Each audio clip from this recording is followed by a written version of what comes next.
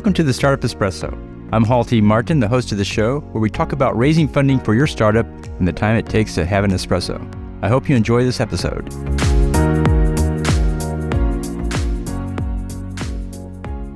Hello, this is Halti Martin with the Startup Funding Espresso, your daily shot of startup funding and investing. In raising funding over the life of the startup, you'll find there are differences in the fundraise at each stage.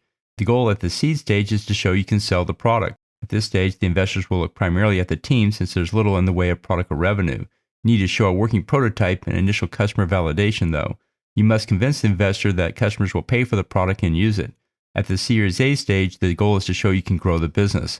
At this stage, you need to show a repeatable, predictable process for acquiring the customer, delivering the service, and retaining them. Show a sales funnel with prospects tracking through the process, turning into customers.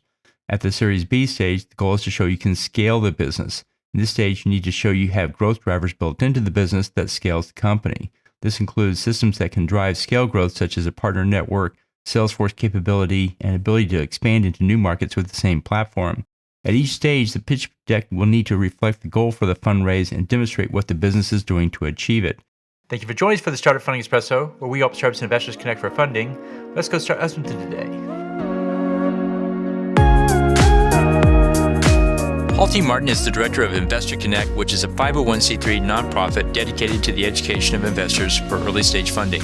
All opinions expressed by Hall and podcast guests are solely their own opinions and do not reflect the opinion of Investor Connect. This podcast is for informational purposes only and should not be relied upon as a basis for investment decisions.